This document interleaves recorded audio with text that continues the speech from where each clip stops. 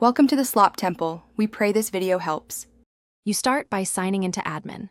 Google.com with an account that has administrator privileges. This is critical because only admins can view and change roles. Once signed in, make sure your domain shows as verified under domains. That confirms control. Also verify the account has two-step verification set. This prevents lockouts during checks. Now that you're authenticated and domain verified, proceed directly to the directory and admin roles to inspect who has elevated access. You'll now locate who holds which privileges. Go to Directory, view a sample user, and open the Admin Roles panel to see assignments.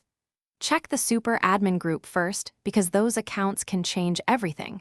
Next, review delegated roles for limited scope.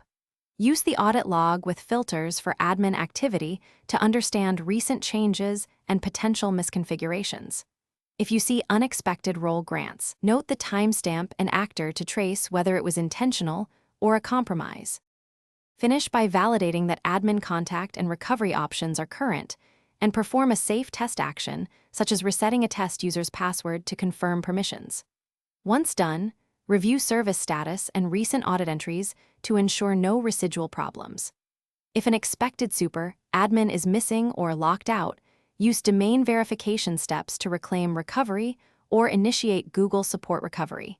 This is the fastest remedy when account ownership is unclear. Keep logs and document any permanent role. Thanks for watching. Consider subscribing if we helped you.